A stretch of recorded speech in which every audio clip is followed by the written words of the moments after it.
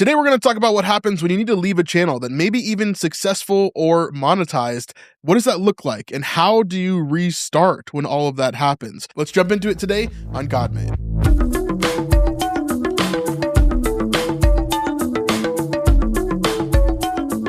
Episode 34. Yeah. You're counting? Yes, absolutely. I'm the one that uploads the audio We version have to of this. Yeah. Otherwise, he's uploading one episode and I'm uploading another. So, 34 episodes is a lot. It is. It is a lot for a podcast. People, I think, don't understand how much it takes to put together a podcast like this. Like, we've talked about the equipment before that we use and all that kind of stuff. Like, other than the fact that this room is still uninsulated completely, it's a great experience. Hence the jackets. We've picked the 2 coldest days of the year, I think, to film the last 2 weeks. Today is no exception. It's about 25 degrees today, so not great. This is what we do for you guys. Yeah, exactly. Right. It's just a sacrifice. Yeah. I hope you appreciate it. Yeah, absolutely. But as we jump into today, I wanted to first talk about something big that's happening in my life right now, which is a big change. I'm calling it my reset, basically.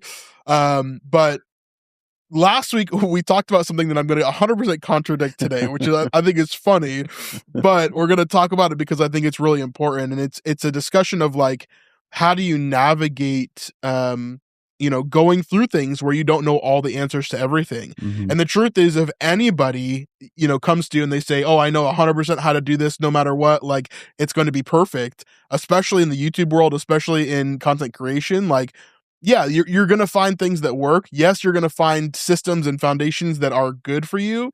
But not everybody has the answers to everything all the time. And a lot of it is guessing and checking. A lot of it is testing and adapting. And so that's what I'm doing now. And so basically, we've talked about this before, but I had a main channel that I started back in 2020. And that channel has gone through a lot of turmoil over the last, 2.5 years, because I decided to launch what is now my main channel, The Chosen Sleuth. The Chosen Sleuth. And that channel has become my main monetization driver. It's become my main platform. It's become where my audience actually is. And my original channel, it kind of fell to the back burner for a long time. And we tried some different things on there. We tried even going more like political, talking about like the election and stuff. We tried going into a bunch of different avenues of like reaction videos and different things like that. And neither me or my wife, who we wanted to do the channel together, could like figure out something that was really comfortable for the both of us. And so we decided to go to DIY content, like DIY couples content, basically. And so we made about 8 videos doing that on the same channel, though. And this for me was interesting. I wanted to do it because at the time we had 44,000 subscribers, which is what we're sitting at.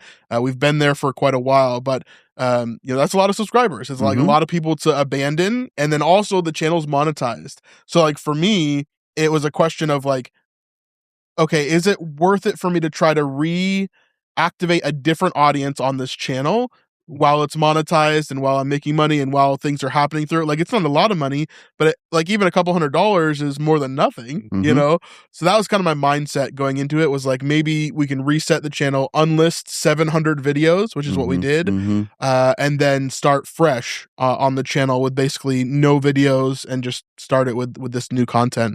And were there any channels that you had seen in the past who'd done something like this, like such a big pivot? No, I'm arrogant, Matt. Okay. Glad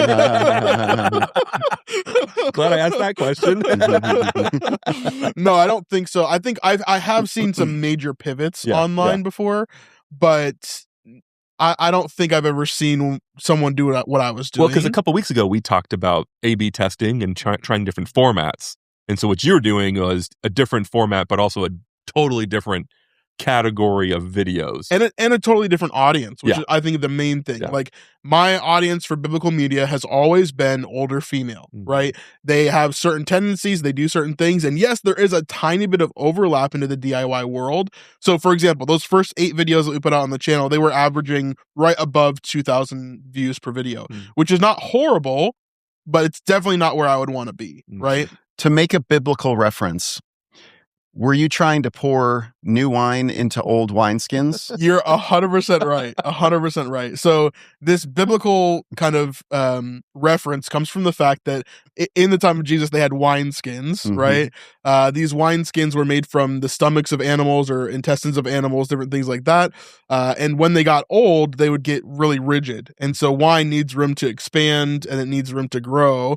And so, yeah, you're absolutely right. Is we had this channel that was already locked in. It was already hardened to what it was. And I decided to try to pour the new wine of this new channel with a new audience. And could it have worked eventually? Maybe if we had a really hard breakout video.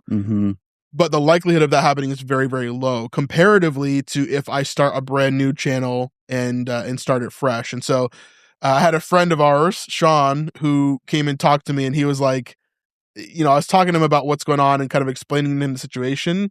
And basically what he came to me and said is like, what are you doing? Like, you know better than this. Like he even said like, he's like, I know that you're like a good YouTuber and stuff. Like, so why are you like, why are you doing this? Like, why are you pushing this? And like, this is not going to work. Why not just start a new channel? Is the few $100s really worth it to do that? Like, and within a few minutes of talking to him, I was like, yeah, yeah, you're right. And Vanessa was like, my wife was the same. Like, it was very much like, okay, I guess we're starting a new channel today, and it was very quick. And so I reinstated all the old videos that we took down. I deleted the DIY videos, and I even exported them to be a different video file because there's something called the hash that's on YouTube that it's on anywhere online, but it's like a memory basically that is of your videos. And so you need to clear that hash of your old video basically by creating a new video file. So like if we uploaded this video twice and all I did was cut off a second of the end of the video, essentially YouTube would see it as a brand new video file. Okay. Right. And so if the other video is deleted, especially, then it helps to differentiate and it doesn't link it back to that other system. Got it. So it's not going to serve it to that same audience or do something that's, or shut it down completely and not serve it to anybody, which I've seen before with videos as well, like literally getting 0 views or impressions. Yeah. I've seen that before on channels where you just try to re-upload. So anyway, that's what we're doing. So we're about 24 hours in now to the new channel. I want to hear how that's been going, but I kind of want to just go back to kind of what led you down this road and how because I think there's some great lessons for creators. We often just are blind to things. You obviously are right. Like, I love how Sean spoke into you, spoke you up, and said, hey, better than this. You have the wisdom, you have the experience, you've built 2 channels that are successful, and you know how to do this, and so I love that. But I also love that you could admit that you couldn't see it. And that's often the case. Like, we often rationalize what we want to happen in situations. I do it all the time. I make decisions that are rationalizations. And it's just, again, it's an important reason why, thankfully he was there at the right time. It was like a divine appointment for you, but having an intentional coaching relationship would have probably allowed that to come up in a more natural way, or a cohort relationship or something like that, right? Yeah, absolutely. I think we've talked about this before, but we would love to do some sort of study or something to be like, to show how important it is, because even between the 3 of us, like the 3 of our channels and what we're dealing with in our businesses and stuff, like the input that we give to each other is super, super strong. And every time that I have conversations with a Sean or with Brandon Robbins is another great one that I have conversations with all the time. There's a reason why we're excited to call each other again. It's because, we're actually getting value. We're actually getting, a stronger confidence in who we are and what we want to do. And so that was a huge piece of this. And I'm glad that I had someone in my life that like was that blunt with me, and you guys do this with me too. And I've done this with you guys, right? It's part of the course. But for him to kind of really in that moment, not shy away from like, one, am I going to offend Brandon? Because he knows that he's not, but he could have thought that, right? And also like, he could have just been like, oh, I don't care that much. Right. I don't care that much about the situation to actually give solid advice and to help him. Right. And so, yeah, it's going to be an interesting ride to see where this goes and see how YouTube responds to certain things. But the first 24 hours look pretty promising. So it's good. So, good. Yeah. Nice. Yeah. And that kind of leads me into the thinking about fear. And we had can I switch to that topic? Because we were going to talk about this. Yeah. Wait, do you guys want to guess what the channel's done in the first 24 hours? In terms Guess of on what views numbers? or subscribers? Yeah, subscribers, views. It's not anything crazy. If I was already monetized, that'd be amazing. Yeah, I'm gonna say. And how many videos did you release? So 2 videos on the first day, several hours apart, and then I put a short in the middle. Okay. So short is going to skew things. 50 subs. No, I wish. First 24 hours, 25 subs. Lower. So first 24 hours, it hasn't been served to a lot of people at all. So first 24 hours is 15 subs, but this is 0 people that I've told, and I haven't subscribed to myself. So like this is my wife and I aren't subscribed. You guys aren't subscribed. Like nobody that knows me, I think, is like seen this channel. I'm going to say 500 views. Yeah, a little over.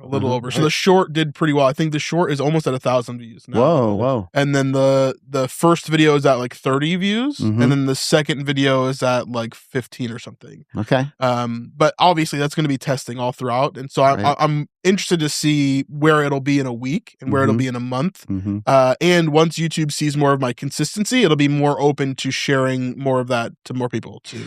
What's great about this is now you have a confidence that you know that you're doing the right thing based on, or you at least have 90% assurance now. It actually frees you up because you're not sort of in the back of your mind. I would imagine you were sort of thinking, something about this didn't feel right. 100%. Right? 100%. So that's why it was so easy for him to pinpoint that and say, and it was like very clear right away. That it leads to the discussion about fear. That I wanted to have because you led we had an impromptu meetup on Tuesday with our group here in Nashville, and we had 9 people show up, and you brought up, like when we were talking about prayer requests, I think, or struggles, you were just wrestling with fear about the whole situation, and I think fear can play a role in a situation like this. And we all, by the end, we were all like saying, we deal with fear a lot. There's a lot. That's one of the more unspoken things in Christian world. That I think is important for us to put on the table in our GodMade community, that fear is part of everything we do. We have to learn how to navigate with fear. There's nothing wrong with you if you're experiencing fear. If your response to feeling fear is to back away and go in a corner for a week or whatever, like that's we see that biblically. It happens in the Bible. Characters, heroes in the Bible are overcome by fear. And but how do we address it and deal with it in a very, it's not as impactful. I mean, we're making videos, we're making content, so it's not like it's the end of the world. But to us as creators who are taking this seriously, we have to learn to wrestle with it. So how do you wrestle with it? What are some thoughts you guys have about that? Wrestling with fear. Imposter syndrome. So I'll speak to my situation and why I felt that way. It was very much like, I have something, so I don't want to let go of that something because I'm afraid that nothing will replace it. When I know that that's not true, and even if it is true, it's still not the end of the world. Like I always kind of think about it this way. It's like I don't worry about a lot of things, but there's some things that I get really stuck on. Or I'll especially in the situation where we're in right now. And we've talked about this in some other areas, and we'll talk about it more in the future. But my wife, Vanessa, just left her job. So like literally tomorrow is her last day of work at, a job that doesn't pay her nothing. Right. So so we're going to have to figure out how to replace that. And she's going to be joining me in the business. Right. Which it's sustainable, it's doable, and we're not doing it in a stupid way. Like, I'm not making $20,000 a year and being like, yeah, you should quit your job, come and come and hang out with me. I just want to spend some time hanging out with you, watching TV all day. Like, that's not what we're gonna do. But at the same time, it's like there's a fear of like, there's never been a time in our marriage when she hasn't brought in a significant amount of money. And most of the time she's been the breadwinner, most of the time she's been the one that has made a lot more than me. And so now it feels like everything's on my shoulders, and so that fear, I think, definitely played into it. Like, okay, how am I ever going to monetize a channel again? How am I going to build a brand new audience that I don't know anything about? And like, these are the fears that go on in my head. But the truth is, I know a lot about the audience. I watch so much content in the DIY space. I've been studying it for the past 6 or 7 years. It's like there's a lot of skills and things that I just don't think about because my fear takes that over. But then the question is like, what is the worst possible thing that could happen? Right? I make $200 or $300 less dollars on a channel, right, per month. Okay, can I live without that? Yeah, I can do that. Okay, so what if nothing comes from this new channel? Well, we're pretty sad, but we would work it out and we'd figure it out. And I don't think that's going to happen because I'm going to keep on iterating. I'm going to keep on learning. I'm going to keep on growing. And just like all the lessons that I've taught everybody else that's around me that has been monetized and they've grown their channels and I've seen it over and over again, like, I know that I can do that. So that's the fear for me, comes down to that. But I think that question helps. Like, what's the worst that could possibly happen? Yeah, the first thing that came to mind on the topic of fear is fear that new creators have, or if you haven't even started yet, because you'll think, well, I can't start unless I do this, or I got to get this right. And there's like all these reasons. And then I thought of the book, War of Art. I don't know if either one of you read War of Art. Yeah, I've read it. Yeah. And I just looked up, I Googled here for some quotes about fear, because I know it talks about fear. And there's a lot of elements of, in our mind, we'll kind of give excuses to delay and procrastinate. And this is a great quote right here from Stephen Pressfield, War of Art. It says, "Are you paralyzed with fear? That's a good sign. Fear is good. Like self-doubt, fear is an indicator. Fear tells us what we have to do. Remember one rule of thumb: the more scared we are of a work or calling, the more sure we can be that we have to do it." And so I think that's a great example of when we take content creation as a mission and as a God-made creator. Like, again, I don't know if there's such a thing as a godly fear, but there should be a fear of the I'm doing this with a bigger purpose. And so I want it to succeed. I'm not going to just kind of halfway do it, so. Yeah. That quote makes me ask the question, who is going to be your master ultimately? Will fear be your master, or will Jesus be your master?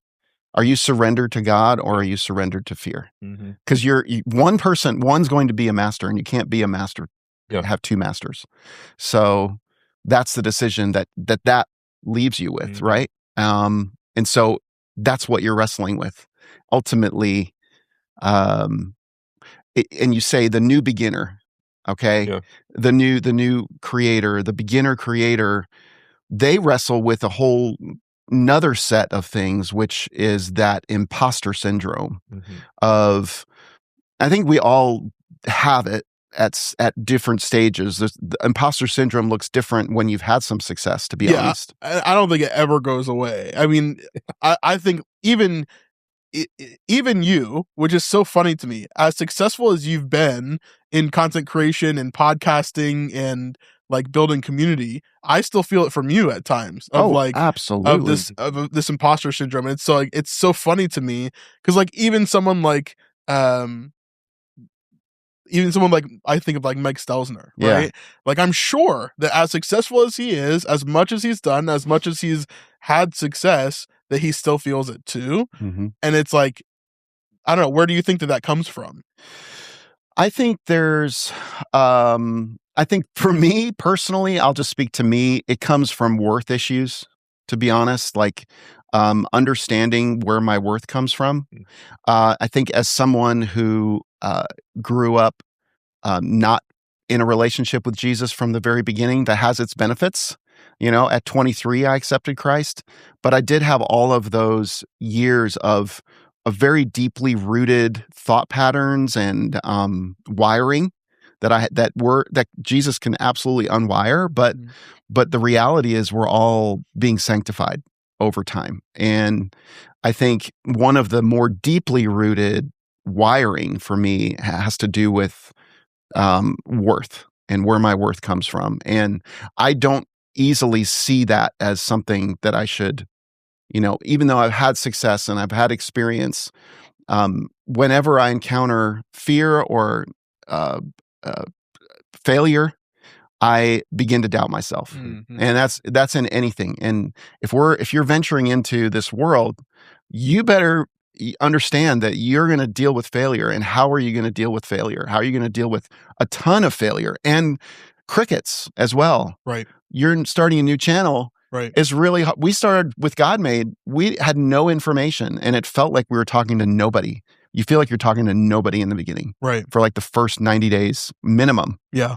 I feel like there's different categories of fear, like, especially as a Christian, like there's fear where it's this unreasonable, irrational, and you're leaving God out of it. Mm-hmm. But then there can also be the practical fear, like just like nervousness, like getting on stage. There's an element of, you've done it a million times, but you still get the butterflies. And yet, like, you'll hear performers or artists, like, they wouldn't trade that. They want that. Because it helps them be on their game. Mm-hmm. So same with launching a YouTube channel. If you don't have, and I don't know if it's a fear necessarily, but if you don't have this needs to succeed. I really want this to succeed because I've got a really important calling and mission, or it is, I want this to pay the bills. Like, it can also fuel, your ambition, but again, it comes down to identity and that's why I think, we could probably break down the Greek and there's probably like 20 different versions of fear, but there's the fear of being chased by the lion. And then there's the fear of, is my YouTube channel going to fall flat and am I going to be embarrassed by it? And is that fear or is that, also a pride thing? And so, Very specific Greek word right there. Yeah, exactly. Yeah. Come on, Sleuth, tell me what it is. Let's we're counting on you to break this down. Oh, wait, you do a lot of research to prepare for each episode, don't you? Yeah. You don't just know this on the fly, right? Right. Yeah, it's interesting. I did a recording last night with another guy that's in like my niche. Yeah. One of the only channels that's doing something similar. Mm-hmm. And it was interesting because he like introed me as like the biggest creator in the space. And I don't really like I maybe know that logically, but I don't really think about it in that way. And the perception that he had of like the size of my channel and stuff was interesting because like obviously I see myself as a pretty small channel in the grand scheme of things. Mm-hmm. 54,000 subscribers, almost 55,000 subscribers. It's a lot of people, but on YouTube it's a very small channel. Like most channels with 55,000 subscribers cannot be full time. I'm just in a unique circumstance. I know. Yeah. And so it was always it's interesting hearing that because for me it fights that imposter syndrome of like, no, I have to remember that there is a world that I exist in, that I have an impact in, and people do care about what I talk about and what I make, and some people get upset with what I talk about. There's a video I put out this week that was semi-controversial. It's like, people get upset about certain things or opinions that I have, or they get let down when I don't agree with them 100%. And so, yeah, it's always something you're gonna have to fight, I think, for me. I think we could talk about this. I love talking about this stuff, but ego plays a huge role in all of this. Yeah.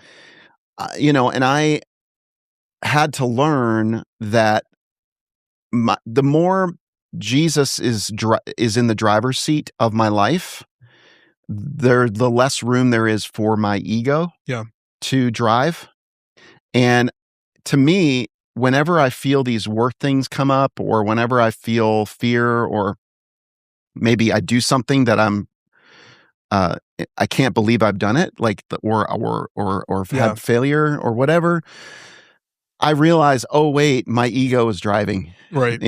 Jesus was not at the center of that. I did not surrender that to him, and my life is I just have. I'm not saying that having Jesus in the driver's seat is going to make you successful at all. That's I think one of the biggest fallacies. It's not about, like, I'm not going to look successful maybe to the world. That's part of dying to the self, Jesus' right? definition of success is also different than the world. Exactly. So I'm constantly wrestling with that. But I do know that I have a much greater, deeper sense of peace when Jesus is at the center of that decision or that action, and taking the driver's seat, and I'm following. That's very hard to be in all the time as a creator. You also alter your sense of what is success. Like you alter the sense of like, okay, is making 6 figures a year success? Or is that just part of what God wants me to do? Like, or is success making, much less than that, but being fulfilled in an X, Y, and Z thing, right?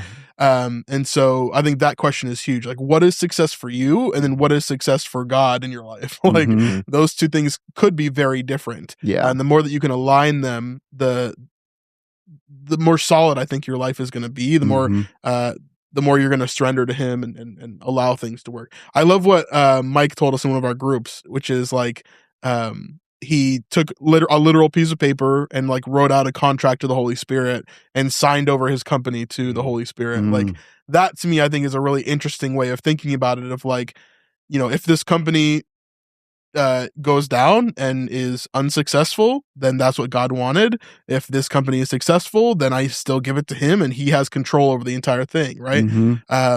Now, practically, it means that you have to listen to him every step, right? And that you can't just take back control when you want, right? But I really do love that analogy and that thought process of like putting God first. And even us, like we're recentering on some of that as well, as we talk about GodMade and what we want this to be, and what we don't want it to be driven by, all that kind of stuff. So. Yeah. I want to really quick say, for the record, I checked with Google. Google AI says there are over 20 words related to fear in the Greek. You're so smart, man. Yeah. You're so smart. Thank you. I needed that affirmation. I no longer have fear of imposter anymore because of you. Yeah, but your ego's in control now. No, AI is. Hey, real quick, I just wanted to talk to you about 2 major things that we're doing here on GodMade that are going to be really major for the future of what we have planned. The first one is a webinar on February 10th. This is going to be a place where we're going to talk about the foundations of YouTube, talking about exactly what you need to get clarity for where you want to go in the future and how you can build a successful YouTube business. If you want to learn more about that from me and the guys, then we're going to have that there. You can also find the replay on our membership and different things like that at GodMadeCreators.com. All the information will be there. The second thing is much bigger, and it's that we're launching a cohort. This is going to be a small class of people that is going to go from now until next year this time. A full 12-month commitment. And this is going to be amazing. Not only are we going to be teaching you along the way of what we would do in your situations, but we're also going to take a deep dive into every single one of your channels that signs up to this. We're not trying to scam you or to trick you into signing up. If you want to be monetized on YouTube, if you want to get to the next level on YouTube, then this is going to be a great program for you. Eric, Matt, and I will sit down with you every other week in order to talk to you for exactly the situation that you need and exactly the struggles that you're dealing with. So if you're going through YouTube and thinking, man, I wish I just had the proper answers to these certain things, well, guess what? This is the solution for you. And I'm going to tell you exactly what it's going to cost right now. So if you want to do the full year with us and you want to pay up front, it's going to be $2,000. And I know that you're blinking at that price most likely, but to be honest, this is the cheapest price I've seen for any cohort that I've ever seen in the YouTube space. And we have some of the most valuable teachers here. Eric has a ton of experience in the content creation space, as well as the business space behind the scenes. Matt has been a networker and marketer forever and knows so much about that space. And me, I've been a full-time content creator for the better part of the last 4 years. So if you want to learn from the 3 of us, I think it is well worth the price. And we're going to be putting a ton of time into this cohort. I promise you the next one will not be this cheap. But if you do need to pay monthly, you can do that as well. You can pay $200 a month or $2,000 up front, and that is for a year-long commitment. even if you pay monthly, we're going to ask you to stay on for the full year. We would really appreciate it. Anyway, if you guys are interested in that, we're only taking a certain number of signups. So you can apply in the description down below, and then we'll reach out to you and you can be a part of that cohort. So we're really looking forward to it. We're going to be launching that the next week after February 10th on the 18th, on that Wednesday. And so we'd love for you to be a part of it. Let us know what you think in the comments down below. And of course, sign up using that QR code or the link in the description down below as well. All right, let's get back to the podcast. All right, let's head into our next topic, which is YouTube foundations. In this segment, we always talk about things that you just have to know as the foundation of YouTube. And so one thing that we're going to talk about today is CTR.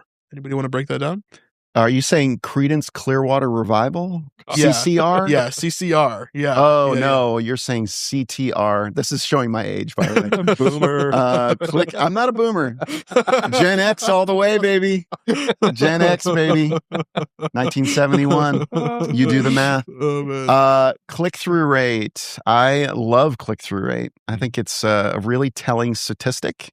Yeah. I like click-through rate better than looking at engagement numbers or what's the term? I'm blanking out. It starts with an R and I'm blanking out on it right now. Retention rate. Yeah. I love click-through rate because there's something I can do about click-through rate and there's something I can't do about retention as much. Well, there's something you can do about retention, not after the video's live. I know. Yeah, click-through rate is basically people open up their phone, TV, computer, wherever they're watching YouTube. They see your thumbnail and title.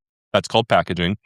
And if they click on it, you got to click. So if 100 people saw it, 3 people click, 3% click-through rate. Yeah. And so, great, Matt. Yeah. Just very well high explained. level, yeah. Mm-hmm. Yeah. So if we go to like a page like this, you see any of these videos, like all of these videos are like getting a basically an impression every time I scroll past any of these videos, right? And so that basically is a percentage based on who sees your video and then who clicks your video. And as we've talked about many, many times, Colin and Samir kind of got this from Patty Galloway, and they've kind of made it very popular, a phrase that says YouTube is not it's not a video platform, it's a click and watch platform. And so the idea is that you have to be able to click and then watch the video. And if you don't click it in the first place, then you don't ever get into the video at all, right? And so the click is the most important piece of what you're making in terms of whatever video you're making, because you could make a 10-hour long perfect documentary of like like right now, you could go through the Epstein list and go through all 3 million pages, right? And start making a giant documentary about that. And people would be super interested unless the thumbnail is the worst thumbnail they've ever seen, right? The title says episode number 33. Right, That's all it says. Right. Definitely not the Epstein list documentary. That would actually go hard.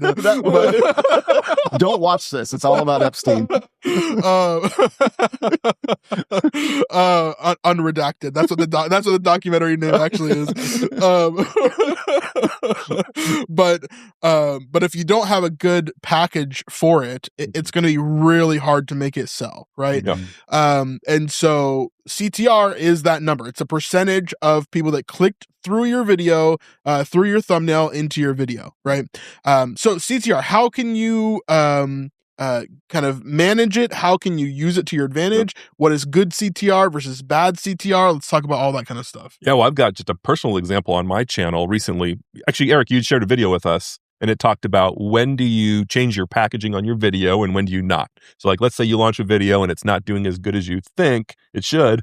Should you change the title, thumbnail, try a different angle, redesign it? And so I had a video and I was looking at it and it had good retention, but it just stalled out. Like within 24 hours, it was like no views. And I was like, okay, this is a perfect example where I can repackage it.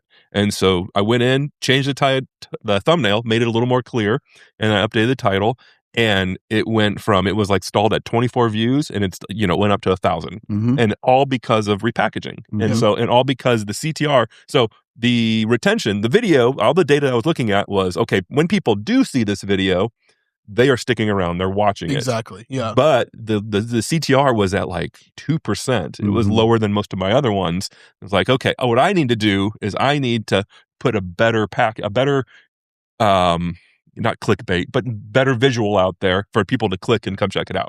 I would argue clickbait is not always bad. Well, that's why I said it. I hesitated because I know some people have this negative reaction. How dare you do clickbait? No, like this video was talking about praying after the Super Bowl. It's with a former NFL quarterback, and like being bold about your faith and being bold on your commitment to pray whether win or lose. And so I want this video to get out there. So I wanted to bait people into come watch this incredible story. Like the thumbnail was very clear. Like it talks about like praying after losing the Super Bowl. Right. And then the video was about it. So it wasn't like a bait and switch at all. Yeah, I would say you're not going to go yell at a fisherman and tell him he can't use any lures or bait. Exactly. Like, you know, if you want to call it click lure, whatever makes you feel better. But that's what the game is. 90% of the YouTube game is your thumbnail and your title and your topic of the video. If I have a video that is like My Little Pony and it's the most perfect thumbnail ever, I'm never going to click it anyway, right? Like the three of us are not like bronies, right? I hope none of us are clicking that. Do you know what a brony is? Nothing wrong with bronies. We don't want to offend our brony audience. No, I'll offend the brony audience. I have no problem doing that. But we're getting canceled. But like the topic is the most important thing. Then your title and thumbnail play that secondary role. But those three things together are incredibly important, and your CTR is a representation of that in your video, because if they see your thumbnail and they decide, oh, that topic, title, and thumbnail are not for me, they're just going to scroll past, right? And so for YouTube in particular, like for example, my channel that I just launched, right, it's 24 hours old. I've got a video that's like 25, 30 views, but the CTR on it is like 20 or 30%. Wow. So like, it's obvious that the people that are seeing it, and these aren't people that I know, these aren't like my friends that I've sent to the channel. I have told literally nobody to go to this channel, right? But the people that are watching it seem to really enjoy it. And then the retention on top of that shows that they're watching at least 50% or more of the video, right? Yeah. So those numbers for me, even though they're very small numbers, really speak volumes to what the potential could be. And for YouTube, it sends a really good signal. It sends that this is healthy. This is healthy on both of those sides of it. You know, retention is important, CTR is important, but you can't have you're not going to have any retention if you don't have people clicking on your videos. Right. So let's talk about what an average CTR should be, what good CTR is. And the truth is, it just totally depends on your audience, right? Because there's going to be some audiences where you're going to get a lot more impressions, which naturally is going to push down your CTR percentage. It's just how math works, right? If I get 10 million impressions on a video, and 1 million people click on it, that's a 10% CTR, right? What did I say? What numbers did I say? 10 million, 1 million? Yeah. 10% CTR, right? 10% CTR would be amazing, right? For that. But let's say I have 5 million impressions and I still get 1 million views and I have a 20% CTR. That's even more incredible, right? And YouTube is going to send it more. But what naturally happens is the better that your CTR and the better that your retention is, the more that YouTube is going to send it out, so that CTR will eventually become lower and lower and lower. Sure. So like some of my best videos that I've ever put out, I've had CTRs of 25, 30%, even with thousands and thousands of views. But then as it keeps on going, maybe I hit 100,000 views, maybe I hit 300,000 views on a video. And it's like, then the CTR definitely is going to come down a bit more. And you're hoping that it stays, you know, like above 5% when you have that high numbers is like amazing. That would be really, really great. And so it really depends on where you are in the impressions versus your impressions, how your CTR is. Wouldn't you say that CTR will definitely go down? Because like if I've already watched a video once, I won't click on it again because I'll see it a lot of times. Like even if I've watched the video before, I'll see it on the right-hand side on my desktop or on my... Really? Yeah. I don't normally see that very often. I have a few times, but not super normal unless I haven't finished the video. I would say it's going to go down more because YouTube's going to go try and find more audience for you. And is testing and trying to figure it out. And so that's where more of it's going to drop down versus initially, you know, like, especially with a channel like yours with 50,000 subs, there's going to be a lot of people who are seeing it, know your thumbnail style, know you, and go, that's a topic I want to click on. And if you have an outlier video, they're going to show it to more people, but they don't know you and your channel. Yeah. So yeah. Yeah, YouTube is always going to increase that circle, right? It's going to start with the people that it knows that is going to love this video. Then it's going to go to people that might be engaged with a topic. Maybe it's a different topic than what you normally would do. Then it's going to go beyond that to an even wider audience, and then to a wider audience until that CTR is to a place where it's not getting as much retention. It's not getting the people that are really interested, right? So yeah, you're absolutely right that over time it's going to fall pretty naturally. YouTube is not going to allow a video to be at a 90% CTR for all time, right? Like obviously it's going to, if it has great retention and it has that high of a CTR, it's a good video. So it's going to bring it to more people, right? This might be a different discussion at some point, but I've definitely heard that subs don't matter as much.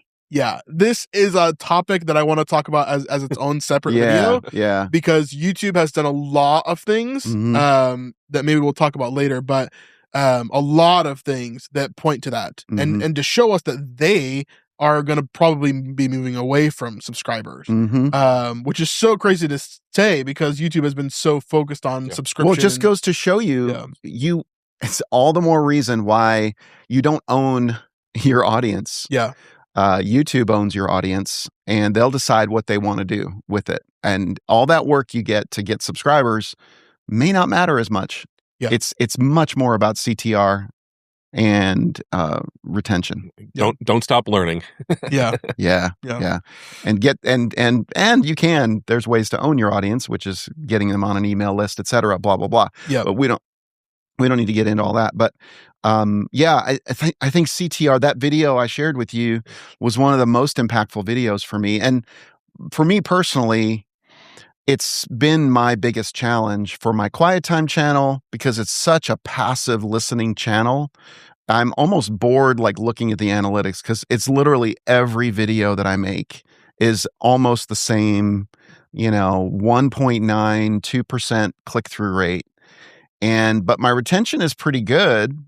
It's just the click-through rate. But I've tried so many different. How do you create? I'm creating the exact same like video packaging that I'm seeing successful channels having a ton of views. Right. And it's probably one of the most frustrating things for me is I feel like I'm getting my packaging right. I'm doing exactly. It looks literally exactly the same, not exactly. I'm not like copying it completely, but the color scheme, the fonts, the titles are very similar.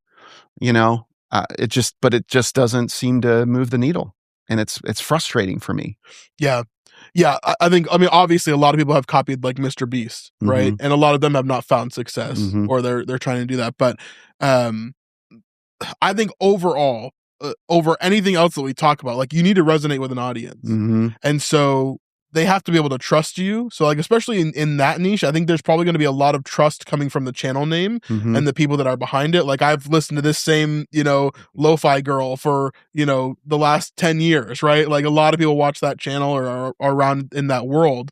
And so there's probably a lot of trust that comes from Just that. Takes time. Yeah, it takes time to build the audience. It takes that trust to build up. We were talking about this on Tuesday as well with someone in the group. Like, you can't expect that if you go into something, wanting these huge results or this big sale or whatever else, like you need to build that trust over time. And so like it's gonna take consistency over a long period of time. I think especially for a niche like that, like you're not gonna have this explosive growth of like, oh, I posted this quiet time video and just blew up and everybody loves it and like they're asking me for more. Like I think it's a different type of niche. I think there are some niches you can definitely control it a lot more though. Sure. And depending on the topics and the titling and the thumbnails that you do, like faceless versus having your face on channels and having a personality behind it makes a huge difference in building trust. Absolutely. This is a faceless channel and I'm almost thinking I need to maybe put my face in it somehow or do something else. Actually, interesting you brought up face. So something I was thinking for you was you don't have to put your face on it, but put the face of the ideal listener sleeping, in their bed, like sweet dreams, along with, psalms to help you rest or something like that. Yeah. Put the people who you're trying to reach, kind of aspirational. So they go, oh, And because you said you're looking at these other channels and you're still getting the same, Yeah. you need to try something drastic. Yeah. So go completely opposite of what the other ones are doing. Yeah. And then you'll stand out from them. Might be worth it. Yeah. Yep. Yeah, I think Lo-Fi Girl is the same thing. Like it's a girl in her room studying with her cat. You know, like that's the idea. So that's probably the main audience is people that want to go study or do whatever else. And, right. I think as well, we've talked about your titling, like putting in like music for this purpose, like for this specific thing, like music to quiet time to, or like music to meditate on God's word or whatever else that it is. But that could work for sure. Anyway, that's a specific thing to my channel, but I think these are the things that regular people who listen to this and watch this are thinking. Right. Is but I've tried that and I need to. It still isn't working. So I think again, challenging yourself to go outside of the spectrum and keep working on your packaging, because it will impact. That's how it works. Yeah. So you do have to sort of trust that that's how the algorithm is established, and you need to work it. Yeah. Let's talk about creator tools in this segment and break down some interesting things. Now, we've heard so much about AI. We talk about AI all the time. But there are some unique and like simple ways that you can use AI on a daily basis whenever you're creating content that I think are pretty useful. Things that you got to think about in terms of like, things that AI can just help you with that are just like you don't even think about very often. Things like a description. Like I'm not one that really worries about the description pretty much ever. Yeah. Even my most successful videos, most of them don't have a description at all. So but if you do want to put a description, especially when you're doing a new channel, if you're a smaller channel, I think it's really important because your description is what shows up on Google search. And so it makes and it's what YouTube reads SEO wise. Yes. Like they know what your video is about because of it. 100%. So if you Google someone's channel, you're gonna see their description show up basically. And so having a description that has that information can be really, really good. Although I think we are also in a world that YouTube transcribes everything and they know everything in every video anyway, right? Even if you say a bad word, they're gonna have that transcribed and they're gonna be able to ding you for it, right? Like all those things are there.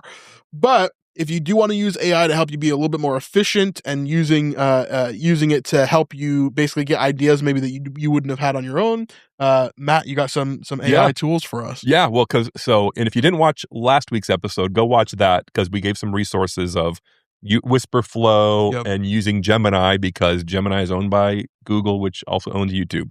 So this kind of is like part 2. So today we're going to talk about how to use Gemini, and you could use ChatGPT, but I think you should be using Gemini to be able to come up with chapter markers on your video. If you don't know what chapter markers is, basically allows people to skip forward in your episode. So like on this episode, hopefully below, if you want to skip ahead to a different segment or go back to a segment, you can do it. And so what you do is you get your transcript, go ahead and click to the YouTube channel and show people on any video. You can go into any video and get the transcript of your entire video. You go over there on languages, and then up there, edit subtitles, and literally, copy and paste all of that. That's every single word spoken in that video, so select all. There's a lot of apology in this one. I'm just kidding. And then, so you take that and then go back into Gemini. And this is where I would literally use Whisper Flow. Do you have it? Yep. Go to the very beginning, the top of that before you copy and pasted it. Go to the very top. And so Whisper Flow will auto.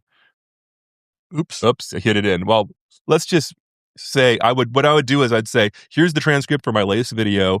Create chapter markers for me. And sometimes I'll get a little more detailed. Create, short chapter markers because it'll give you a ton, or just give me 10 chapter markers. And then what it does, let's see if did it actually create them or not? Oh, it didn't know what to do. There we go. Perfect.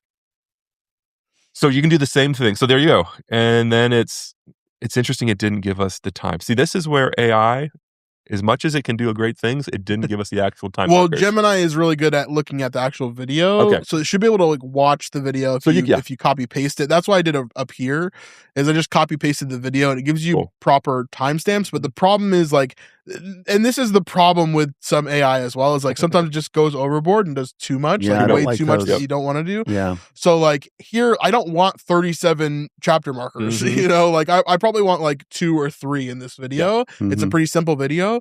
So I would look at these chapter markers and maybe just pare it down to 2 or 3, or you could just do it yourself. As always, you could manually do it. This will get better over time. Of course, YouTube will get better, or YouTube will get better at it. Gemini will get better at it. The AI will get better at it. All of these things can get better over time, but this at least gives you a starting point. I think the same thing with description is something that's like kind of mindless at times, and you kind of need to SEO it. So I would tell Gemini, like, you need to train it. Like, this is a brand new chat that's not trained, which is a part of it as well. Like, if you have a Gemini gem or a chat that you've trained ahead of time to be like, hey, this is how I want to do this thing, it'll work a lot better. So like this, for example, we didn't give it any instructions on what the chapter markers need to be, or like how far apart we need them spaced, things like that. That really helps the AI to kind of walk through that and to do it properly. Same thing with anything that you're doing. So chapter markers, descriptions, things like that. If you train it ahead of time, it'll really help. Yeah, that's a great point, training, because over time it gets smarter. So like with mine, I've told it in every single description that I ever ask you, make sure you put this in. And it's like, you know, a short 1 sentence of what my channel's about. And it's a link to, you know, my Instagram or whatever like that. And so then every single time, every week when I give a new transcript in there, it adds that stuff automatically. And I've also told it, make an SEO optimized description for my video. Because again, how many people actually go click and read descriptions? I'm doing this more to just play nice with YouTube, help YouTube know what my video is about. Yep, absolutely. And I think another tool that I would add to this in terms of AI is just Ask Studio. So if you're not using Ask Studio in your content creation, like I think it's very, very silly. Let's say that I want to know my what's my lifetime CTR percent. My lifetime CTR is 5.59%. So that's on every video I've ever done, basically. So it's interesting, though, because it breaks it down. Like here we can read, this metric tells you the percentage of times viewers watched a video after seeing one of your thumbnails. A CTR between 2% and 10% is generally considered strong. So your overall performance is right in that successful range. To keep your CTR strong, focus on these 2 elements for every new upload: captivating thumbnails, intriguing titles, blah, blah, blah, right? But one of the things that is really, really strong about Ask Studio is that it is YouTube, right? So like you could say, like, the way that it phrases things or the way that it talks about things shows us exactly what YouTube cares about. So like, how can I improve? Let me just use Whisper Flow. I was going to say, why don't we use the tool that we recommended to people last week? How can I improve my overall channel while I'm trying to talk about biblical media and deep dive that to the best of my ability? What would be the best things I should focus on this channel? Again, this is kind of a secondary channel for me. I don't do that here, but there's a lot of videos that are around that. So, but this will basically take into account what it thinks the best things for you to do are. So like any analytic that you want to know, like I'll pull up another obscure analytic in a moment, but like it makes it really easy to find those things. Whereas in the past, it's been quite hard to kind of dig through all the analytics and find different things about it. And so we can see here, this is a fantastic mission for your channel. A focus on biblical media and deep dive is a compelling niche based on the last 90 days. And again, my last 90 days is very chaotic. Viewers have increased by over 90% compared to the previous 9-day period, which I didn't really post anything in. That suggests your recent content, mostly about the content split pivot, is performing exceptionally well in discovery. So all this is like, again, this analytic doesn't matter that much because it's a channel that's in a weird, chaotic spot. But I'll show you another thing that I would look at is show me the average view per viewer over the last year of my channel. So like this is a very niche sort of like random stat that I think is really useful for people to look at. So average view per viewer means how many videos did one viewer watch in a period of time. And so it'll be able to look that up for me. Let's see. Maybe not. It failed on this one apparently. So it's giving me the last 90 days. I can't do the last year, it's saying. So the last 90 days, I've had 62,000 views. I've had 30,000 unique viewers, which gives me an average view per viewer of two per viewer, basically, which means that every month, every viewer is watching at least 2 of my videos. Does that make sense? So again, this channel is going to have weird analytics. So overall, it's going to be a little bit skewed, but that's kind of where it's sitting there. So I would use Ask Studio on anything that you can, especially if you're just having a hard time looking through analytics or you need help kind of deciphering what's important and what's not.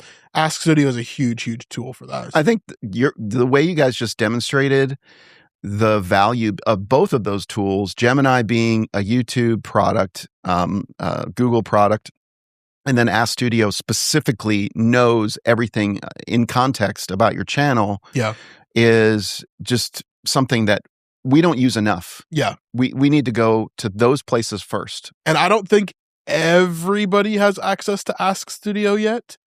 But if you do, you should probably be using it. But everybody does have access to Gemini. Yes, yes, the free version.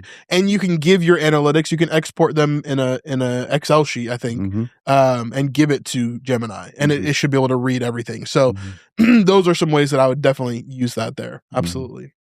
All right. What was our last topic? Facebook. Yeah, your favorite social media platform. Facebook. I remember when I was in college. Like right when I graduated high school in 2011, people were like, Facebook is dead. Today people are making hundreds of thousands on it. I will tell you, we built Walker Stalkers on Facebook. Yeah. So for sure, podcasting and Facebook. So I'm still a big believer in Facebook. As a matter of fact, I've kind of been rejuvenated to it, but I'm looking at it through a different lens. So there was a period of time, probably a decade, where I was super disappointed by Facebook and I tried to avoid it like the plague. I remember when it first came out too, and I was way beyond high school, and it was incredibly vibrant. I got connected to all my high school friends from many years ago, and it was really fun for a while. And then it just became awful, and it got more and more awful.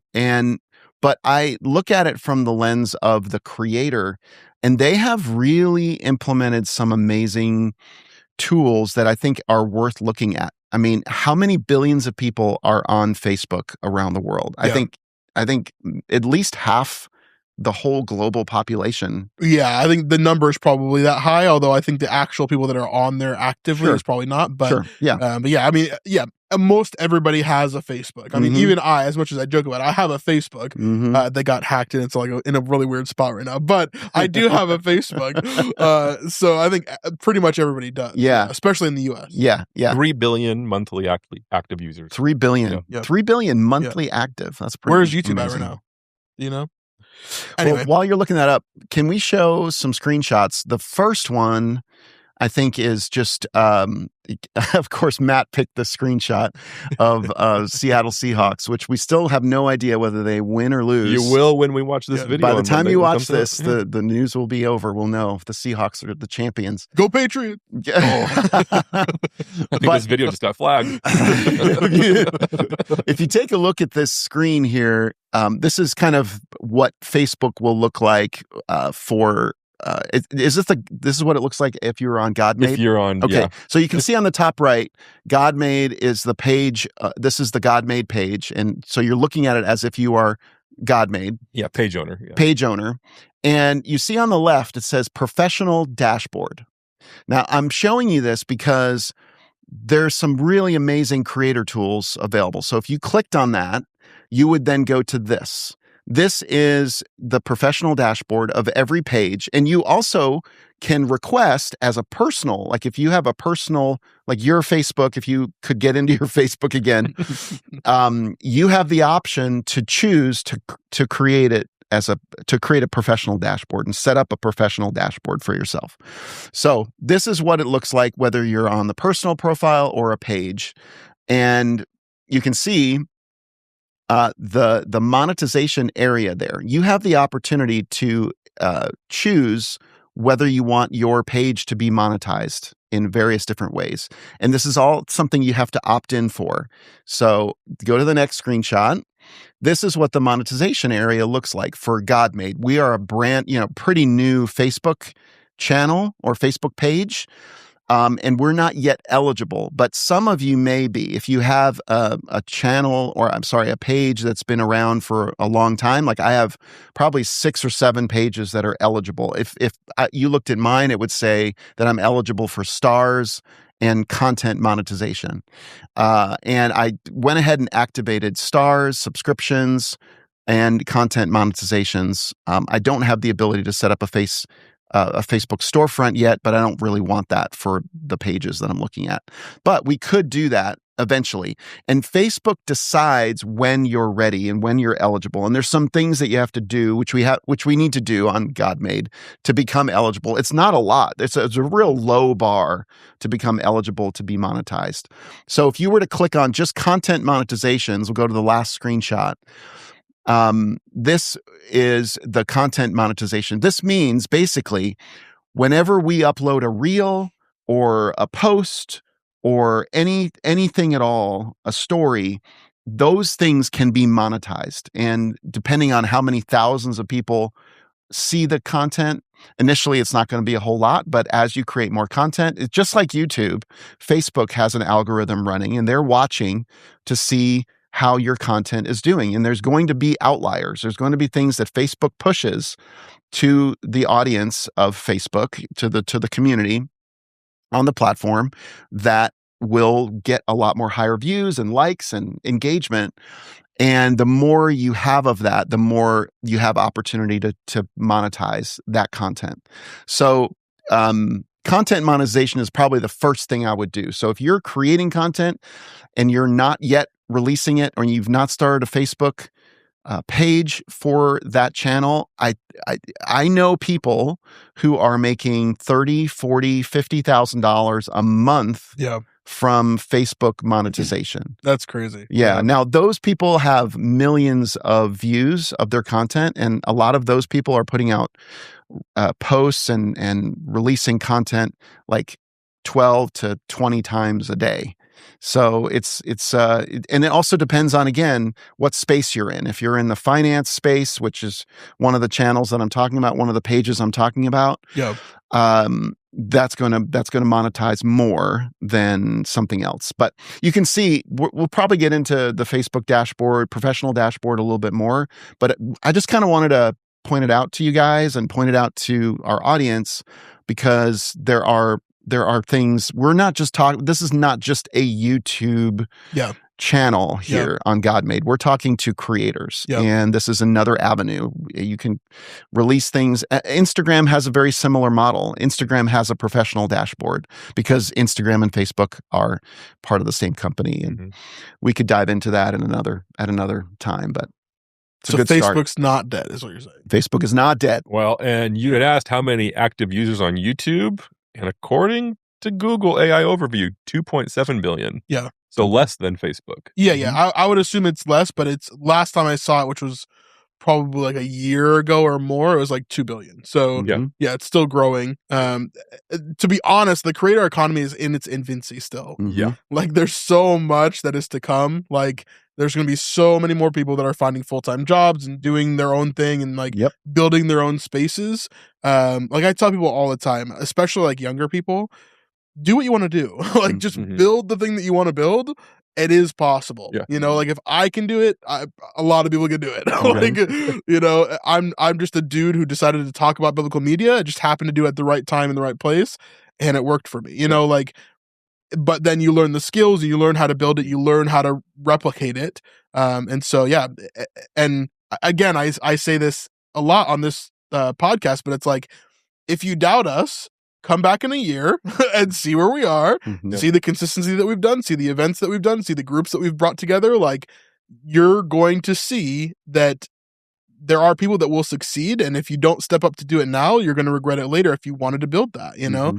Now is the best time. I always think to myself, like, what if I had started a YouTube channel back in like 2011? Oh, I think about it all the time. Where would I be today? You know, what kind of business would I have built and what would that have looked like? Like, you're going to be saying the exact same thing in 10 years, you know, 15 years, whatever it is. So, yeah. It's good. It's good. Yeah. I think I have several companies, several brands that I started that I wish I had started on YouTube or created on YouTube and used the monetization aspects and all the ways of building an audience and growing a business that way. Would have been great. Or anywhere, because I'm probably saying the same thing about Facebook. Not that I can access it now, but I know my audience would kill on Facebook. I know it, right? But for me, there's limiting factors like copyright and things like that.